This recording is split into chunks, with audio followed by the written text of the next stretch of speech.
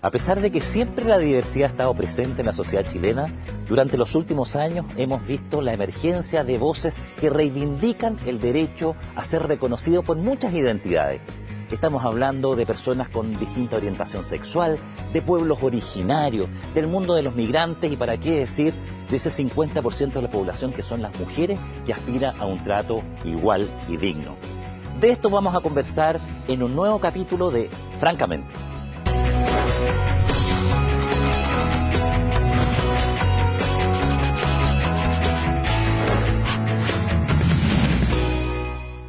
Hola, ¿qué tal?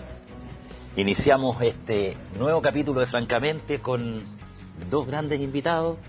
María Elena Sanz, gerente de personas y sustentabilidad del grupo CAP. Muchas gracias, María Elena, por estar hoy día con nosotros. No, gracias a vosotros por la invitación. Y estamos con Rolando Jiménez, entre otras cosas, bueno, un activista muy conocido por los derechos de la población gay, lesbiana, bisexuales y transexuales, y director y fundador del Móvil. Muchas gracias, Rolando, por acompañarnos. Gracias, Ignacio, por la invitación. Bueno, podemos entrar en materia. Sí, claro. Fíjense que todos hemos escuchado de las discusiones que hay, proyectos de ley, sobre temas que tienen que ver con diversidad e inclusión.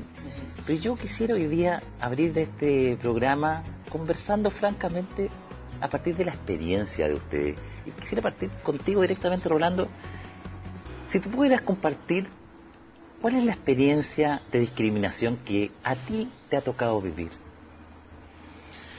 Bueno, yo diría que, y para demostrar que la discriminación es un hecho transversal, que no corresponde a un sector ideológico, socioeconómico o cultural de una sociedad, yo viví una situación de discriminación por mi orientación sexual en pleno contexto de la transición de la dictadura a la democracia, y fue cuando yo tuve diferencias políticas con la línea de las Juventudes Comunistas o del Partido Comunista.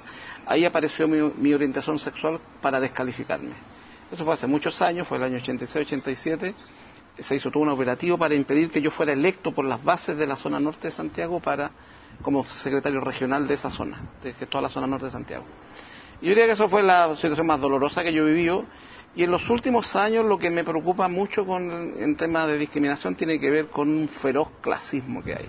Hoy día en Chile, tus méritos personales, tu trayectoria, lo que has aportado a la sociedad chilena, vale muy poco si no tienes un apellido tremendo, si no tienes respaldo económico detrás. Y en el caso particular mío, yo no tengo ninguna riqueza, no tengo un apellido, no tengo una profesión, soy un autodidacta, y por lo tanto el tema de los títulos, el tema del recurso económico, el tema del apellido, de repente te pasa la cuenta cotidianamente en este país. El clasismo es una epidemia.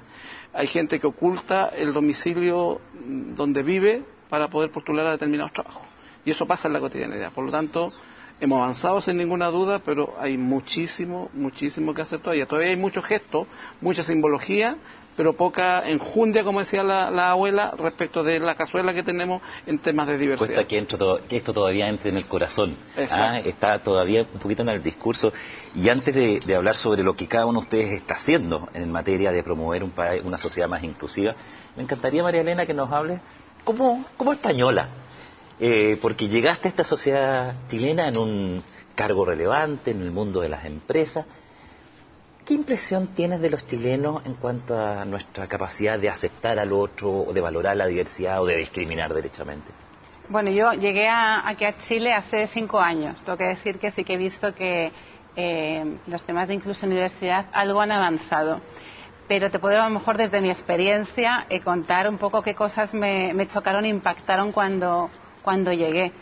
Porque sí que me di cuenta y me sorprendió que se trataba, y no me gusta hablar de generalidades ni de estereotipos, pero en general me chocó como extranjera que era una sociedad realmente muy conservadora, muy tradicional, y un poco lo que tú decías, con una tendencia que a mí me extrañó mucho, a encasillar a las personas en función de toda una serie de criterios. De hecho, yo decía, esto es como casi un deporte nacional, porque esto es una anécdota muy graciosa, luego te cuento algo a lo mejor un poco más serio en el ámbito laboral, pero de entrada yo llegué aquí con mi marido, mi familia, y a mi marido todo el mundo le hacía 3 preguntas, y a mí me hacían 4. Las preguntas eran, a mi marido, ¿dónde vives? ¿A qué colegio llevas a tus hijos? ¿y en qué trabajas? Y a mi marido se quedaban ahí. O sea, pero primero hay que ubicarlo en el plano. Y entonces venían a mí, ¿no? O si yo iba así, mi marido, me tocaba a mí contestar las preguntas, y eran 4, no eran 3. Por ser mujer, eran 4. ¿Dónde vives? ¿A qué colegio vas a tus hijos? ¿Dónde trabajas? ¿La cuarta? ¿A qué se dedica tu marido? Entonces, la gran sorpresa cuando yo decía, además, que mi marido había dejado su cargo ejecutivo en España para acompañarme en mi carrera profesional. Entonces, ahí la cara de sorpresa y los ojos eran divertidos. Pero luego eso lo he seguido viendo en el ámbito laboral también, ¿no? Muy en relación con lo que tú antes comentabas. Hay una tendencia a encasillar a las personas en función de, por ejemplo, de mí me pasó. Yo llevo una carrera ejecutiva, pero soy psicólogo.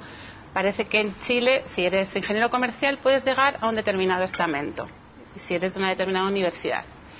Si eres psicólogo, parece que te quedas haciendo evaluaciones psicoprofesionales. Entonces, a mí todo el mundo daba por hecho que yo era ingeniero comercial. Y yo, pues no, yo no soy ingeniero comercial, soy psicólogo. Al final, esos son 2 anécdotas, sí, pero reflejan una forma de ser que tenemos muy arraizada, que posiblemente no nos damos cuenta. Yo ya hablo como chilena, sí, porque llevo 5 años y además me siento muy comprometida con lo que pasa aquí. Y es muy interesante tu visión, porque te das cuenta que finalmente este no es un tema de algunas minorías. No. La minoría de orientación sexual o el pueblo originario. De hecho, a mí personalmente me indigna el tema de la mujer. Yo tengo 3 hijas mujeres. Y me indigna pensar que mis hijas tengan que desarrollarse en un país donde la desigualdad de salarios, hombres y mujeres, nos ubica en el lugar 128 del mundo. Sí. Que según el índice de Porter de progreso social, estamos en el lugar 133 de respeto a la mujer. Yo no quiero ese país para mis hijas, ni para mis nietas. Entonces, te llevo más bien a lo que tú estás haciendo en el ámbito laboral. Todos sabemos y lo decimos que las empresas más inclusivas, más diversas, son más productivas, más innovadoras. Pero, ¿cuál ha sido tu experiencia en esta materia con las empresas? Bueno, lo primero, decir que a mí no me gusta tener un discurso reivindicativo. Yo creo que las cosas hay que hablarlas de forma constructiva. Hay muchos datos ya encima de la mesa que aportan cifras sobre el porcentaje de mujeres que hay en el mercado laboral, cómo podría avanzar Chile y el PIB si hubiera una mayor participación de mujeres, etcétera. Pero la verdad es que yo personalmente me siento tremendamente incómoda hablando de este tema como mujer, porque no dejamos de ser parte interesada. Tienen que hablar los hombres. Entonces, exactamente, a eso voy. Yo creo que ha habido, y el activismo femenino, feminista o femenino, no me gusta hablar de feminismo, de femenino, el activismo de las mujeres yo creo que ha sido muy importante, muy relevante en poner el tema encima de la mesa y en que realmente se avanzara bastante. Yo creo que además hoy la mujer está de moda, la diversidad está de moda, los medios han tomado el tema, todos tenemos ya muy claras las cifras. Sí. Pero realmente a mí cada vez me incomoda más tener que ser yo como mujer y como parte interesada la que hable del tema y lo ponga encima de la mesa. Por eso yo estoy con una cruzada, no sé, personal y también desde CAP, ¿no? que me está apoyando en esto, porque fue una inquietud que compartí con don Roberto de Andraca, nuestro presidente. Y vamos a continuar con ella en un segundo más. Bien. Porque le quiero preguntar a Rolando si tú percibes que en la causa de las diferentes orientaciones sexuales tú ves avance. ¿Ves que las cosas están cambiando? Sin ninguna duda. Chile está en una transición cultural de un estadio de desarrollo extremadamente conservador, con una serie de caricaturas, mitos y prejuicios respecto de las personas que tienen una orientación sexual e identidad de género distinta, a una transición donde el sentido común mayoritario avanza a reconocer dignidad e igualdad de derechos. Y además los hechos están ahí para constatarlo. La ley antidiscriminatoria, la unión civil, son conquistas concretas. En planos más específicos, una política nacional de salud para la población transgénero. Estamos discutiendo una ley de identidad de género en el Congreso Nacional. Estamos discutiendo también una nueva ley de adopciones, donde las parejas del mismo sexo van a poder ser posibles candidatas a la adopción. Se acaba el orden de prelación, va a ser el juez el que determine en función del bien superior del niño qué familia le corresponde, qué familia es mejor para ese niño o niña que está susceptible de adoptar. Entonces, si hay una transición. Ahora, hay mucho discurso, hay mucha buena onda, buena disposición, pero falta políticas públicas. Por ejemplo, en el tema, todo el tema que tiene que ver con los mundos de las capacidades distintas. ¿Cuántos edificios públicos, teniendo la obligación de hacerlo, han hecho rampas, por ejemplo, de acceso para personas con movilidad reducida? ¿Cuántas políticas públicas tenemos, por ejemplo, cuotas de incorporación de personas con capacidades distintas a las empresas. En Argentina, por ejemplo, el Estado genera una política de inclusión para la población transgénero en cargos de trabajo en el gobierno. O sea, eso son cosas concretas que resuelven, porque cada vez que nosotros pasamos por el lado de una persona con discapacidad, de una persona transgénero, de un inmigrante que está en condiciones no regularizadas, bueno, y no hacemos nada, estamos violentando un derecho humano fundamental y le estamos emporcando la vida a esa persona. O sea, aquí tiene consecuencias concretas. Ahora, en las empresas, ya todos sabemos que en el mundo las empresas modernas han pasado a hacer de la diversidad una herramienta de competitividad, ¿no es cierto? Son empresas muy antiguas en el mundo las que todavía están en un enfoque más conservador. A pesar de todo esto, ¿tú sientes que la empresa, en el tema de género particularmente, en Chile, está dando pasos consecuentes, decididos para incorporar a la mujer en un plano de igualdad? Yo creo que poco a poco veo que hay mucha más sensibilidad con el tema y tengo que decir que sí que algo se ha avanzado en sectores, además de industrias complicadas como la minería, que son actividades muy masculinizadas.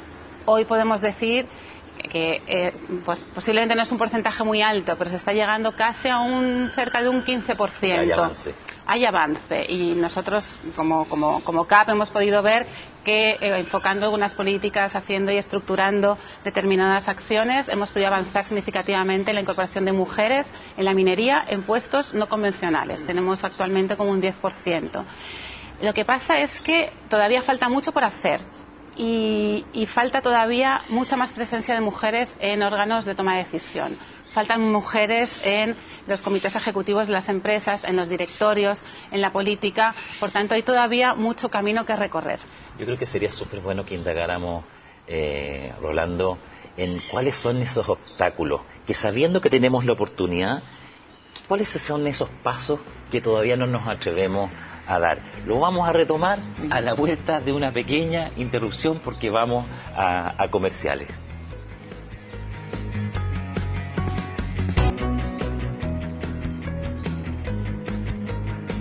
Bueno, seguíamos conversando sobre esta tendencia tan rara que vemos en la sociedad chilena, que nos cuesta el que es distinto. Porque ya no es solo por orientación sexual o que sea mujer, nos gustan los clubes en que nos sentimos identificados con el otro. ¿Dónde ves esos obstáculos para dar pasos más decisivos? Yo diría que hay mucha desidia, hay falta de la capacidad de innovar, lo que lo he hecho siempre de una manera, ¿por qué voy a cambiarlo? Hay mucha comodidad, hay mucha flojera. Exacto. Soy. Y por lo tanto, y la falta de empatía. Cuando tú no piensas lo que le está pasando al inmigrante que llega en una situación compleja a Chile, cuando no piensas en las discriminaciones que se originan por orientación sexual o por identidad de género o porque eres mujer, cuando no se hacen esos procesos de pensar, de discutir, de hablarlo, me quedo marcando el paso en lo que hice siempre de una determinada manera. Entonces hay mucha flojera y hay falta de capacidad de apostar a cuestiones que otros no se atreven a hacer. Entonces el empresario chileno en general, la visión que yo tengo es tremendamente conservadora. Por ejemplo, pero no solo el empresario, los sindicatos, tuvimos una situación muy grave con Cerecita, un reglamento infame. Nosotros lo denunciamos públicamente, se armó una mesa de trabajo con la intermediación de la Dirección del Trabajo y resulta que los sindicatos, de los dos sindicatos, eran tremendamente más conservadores que la dirección de la empresa respecto al tema. Y claro, después me entero de que uno de los dirigentes sindicales, que cuando firmamos el convenio de cooperación, se amplió el convenio colectivo a las parejas que firmen uniones civiles, se hicieron cursos de... Se logró el cambio. Pero después me entero posteriormente que uno de los presidentes del sindicato hace años que no le habla a su hermano porque su hermano es homosexual y le dijo que era lo peor que le podía pasar a la familia. Claro, con ese dirigente sindical, con esa historia de familia para atrás, claro, cuando yo hablé y le planteé la posibilidad de mediar en el tema antes de la denuncia pública, no me escuchó. Y por lo tanto tuvimos que ir a los medios y generar todo un escándalo para que la empresa se pusiera las pilas con el tema. Tiene bastantes frustraciones este camino, ¿eh? Sí, yo en eso quería preguntarle a María Elena. Ella está impulsando una iniciativa que se llama Más Mujeres, que tiene que ver con más mujeres en directorio, más mujeres en cargos de gerencia. ¿Cómo te ha ido? Francamente. Francamente, mal. Francamente, mal y duro.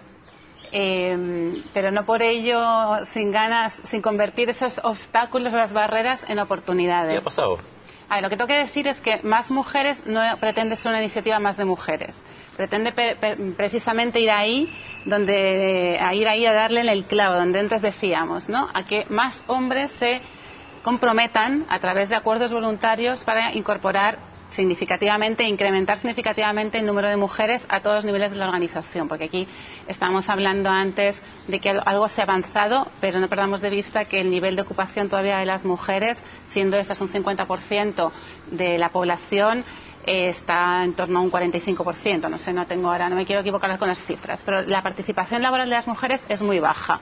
Por tanto, hay un desafío importante que tiene que ver con políticas públicas, pero también con un compromiso y un cambio en las formas, en los liderazgos o en las formas en cómo hacemos las cosas en las empresas. Ahora, interesante que cuando cualquiera de nosotros, se abre a aceptar al que antes rechazaba, tiene una experiencia de felicidad. A ver, yo tengo que decir que yo crecí en una familia homofóbica, clasista y con una serie de discriminaciones más. Y he tenido la suerte, no sé, de tener 3 hijas mujeres que han sido mis tremendas maestras en materia de valorar el rol de la mujer y la inclusión. He tenido la suerte de trabajar en un equipo como el de Acción, comprometido con la diversidad. Y yo he sentido el cambio, yo también he tenido que cambiar. Pero ese cambio yo siento que me ha enriqueció mi mundo. Hoy día me llené de relaciones que antes eran impensadas y que son tremendamente satisfactorias. Yo te quería preguntar, Rolando, más allá del caso exclusivo de la homosexualidad, ¿tú ves en general en las distintas formas de inclusión que tenemos por delante que hay algo en común? ¿Cómo podemos invitar a la gente a jugársela, a arriesgar, sabiendo que va a encontrar riqueza para sí mismo? Bueno, yo creo que, por ejemplo, en el tema de la migración que ha estado recibiendo Chile en los últimos años, hay una tremenda oportunidad de enriquecer la cultura chilena. El tema de las culturas que traen los peruanos, los bolivianos, los ecuatorianos, hay gente de Haití, de Colombia que está llegando, y hay una oportunidad ahí de colorear esta ciudad. Si tú te fijas, hace 20, 30 años atrás, los hombres vestían todos de grises o negros. Ver a un hombre con una polera naranja era casi un escándalo. Decíamos que no éramos racistas porque no habían personas de raza negra, pero cuando llegan los colombianos de origen afroamericano, la discriminación y la xenofobia y el racismo aparecen automáticamente. Entonces, en ese contexto, yo diría que la diversidad nos enriquece como nación, como pueblo, como ciudadano, como individuo, y es una tremenda oportunidad para pegarnos un salto cualitativo. Yo creo que algo de eso está pasando, ¿ya? Pero en la medida que no generemos las condiciones básicas de criterios de igualdad en todos estos temas, va a ser una oportunidad frustrada. Porque a la vuelta de la esquina están fenómenos como el racismo, la xenofobia y la organización de grupos para eso. Ahí, hace pocos días en el centro de Santiago apareció un grupo neonazi cuyo mensaje, si tú lo leías, era contra los homosexuales, los inmigrantes, pero no cualquier inmigrante. Ocurre todavía en las aduanas de Chile que personas trans o personas inmigrantes, sobre todo si son de raza negra o son mulatos, tienen problemas para ingresar a este país. Y esos problemas los ponen las policías. A una persona rubia de ojos azules que viene desde Suecia, no le preguntan si trae una bolsa de dinero para quedarse en Chile. Pero si eres colombiano y eres de raza negra, eres sospechoso. Y te ponen una bolsa de $5.000 o $10.000 o lo que se le ocurra al funcionario de turno. Todavía hay mucho margen para la arbitrariedad en torno a los temas de diversidad social, cultural o étnica. Por lo tanto, hay mucho que hacer todavía y las leyes son una parte. Si la empresa, aparte de la gerencia, no somos capaces de sensibilizar a los trabajadores en un proceso lo más participativo posible, no hay ningún cambio, porque el gerente o la gerente de la empresa puede tener mucha buena disposición, pero si no cambian las prácticas culturales de la empresa con la diversidad, estamos fritos. ¿No será que la diversidad nos da un poco de miedo? Por cierto que sí. ¿No será que empezar a frecuentar a una persona homosexual o a una persona de otra categoría social, como se dice, o de algún pueblo originario, tenemos miedo de perder algo? En la sociedad española esto es mucho más abierto, tengo la impresión. Tengo la impresión que la sociedad española está, por su historia, mucho más frecuentemente expuesta a un mundo diverso. ¿Cómo lo percibes? A ver, España también ha estado bastante a la cola dentro de lo que es la diversidad en Europa, pero sí que en los últimos años se ha tenido que acoger esa diversidad porque había también muchísimo movimiento de migración. Entonces se ha tenido que ir acostumbrando a convivir y a acoger esa diversidad. Y lo que sí que yo he ido trabajando el tema en empresas también, porque eran organizaciones grandes y multinacionales, siempre ha sido un tema que se ha defendido y que, o que se ha visto como una oportunidad de generación de valor para el negocio. O sea, hay por un lado un tema de derechos humanos, de inclusión, ¿Le sirve el negocio? De respeto. Pero hay un gran caso de negocio para las empresas y son muchas las compañías que se han dado cuenta de eso. O sea, en la minería yo creo que una manera... la minería se puso en el tema de la diversidad porque empezó a ver que le faltaba capital humano y que iba incorporando más mujeres y capacitaba a mujeres para manejar camiones, o si no, no encontraba personas que pudieran desarrollar esos trabajos. Y ese quizás sentido de urgencia que encontró le ha ido descubriendo el valor a esa diversidad y viendo cómo personas diferentes, y ya no solamente mujeres, sino cualquier persona que es diferente del grupo hace un aporte a la organización. Desde esa diferencia. Exacto, a mí me gusta mucho rescatar el valor de la diferencia. Independientemente, cuando hablamos de diversidad, yo creo que el gran aporte de la diversidad para las empresas es la individualidad de cada persona, que es un valor indiscutible para tener capacidad de reacción, de adaptarte, de innovar, que es algo que no podemos dejar de hacer. Llevar al tema de la innovación. Se nos olvida en Chile y confundimos la unidad que tiene que tener una organización con la uniformidad. Sí.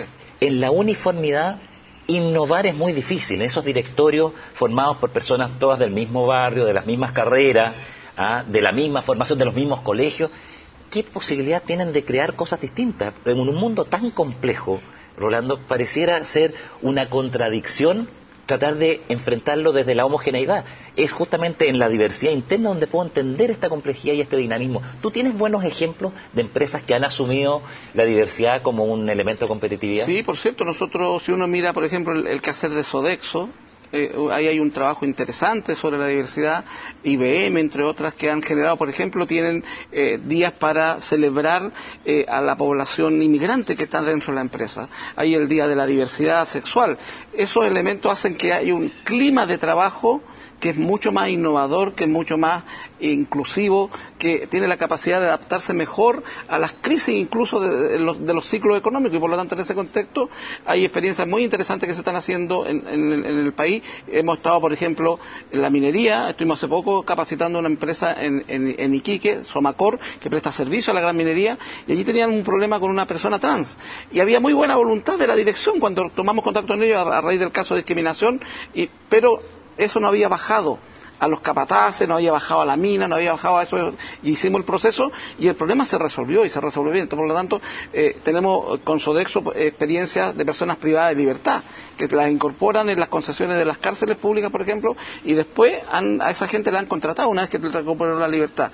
Que son personas trans particularmente. Ahí hay una experiencia muy rica respecto de cómo el proceso de capacitación, de discusión de estos temas, genera política dentro de la empresa que permite la inclusión, y esa inclusión tiene un valor agregado para la empresa que es fundamental. O sea, se puede. Se puede. Yo de verdad tengo que agradecer el trabajo que ustedes hacen. Yo creo que en Chile en pocas veces damos las gracias. No solo por este aporte al desarrollo, un desarrollo sostenible, sino que también a tanto dolor que hay en personas por no ser aceptadas por lo que son, por su singularidad. Yo creo que no hay experiencia humana más maravillosa que te acepten tal como tú eres, y ese es el momento en que uno despliega también su mayor potencial. Entonces, que ganas de agradecerles hoy día por el trabajo que están haciendo. Más mujeres, más inclusión. Es muy cierto lo que tú dices, Ignacio, porque cuando yo salí del closet, en lo personal, fue una experiencia liberadora. Estábamos en plena dictadura, yo viví 10 años una tortura por el tema de mi orientación sexual, lo agarré, me le eché a la espalda, y me dediqué a pelear contra la dictadura como una forma además de sublimar esto y olvidarse de ello. Y cuando formamos el móvil y aparecí públicamente, se me acabaron un montón de mitos, fantasmas, y vivo feliz desde esa posibilidad. Yo quiero quedarme desde esa voz de esperanza y agradecerles a los dos también haber estado con nosotros conversando, francamente. Gracias. Gracias a vosotros.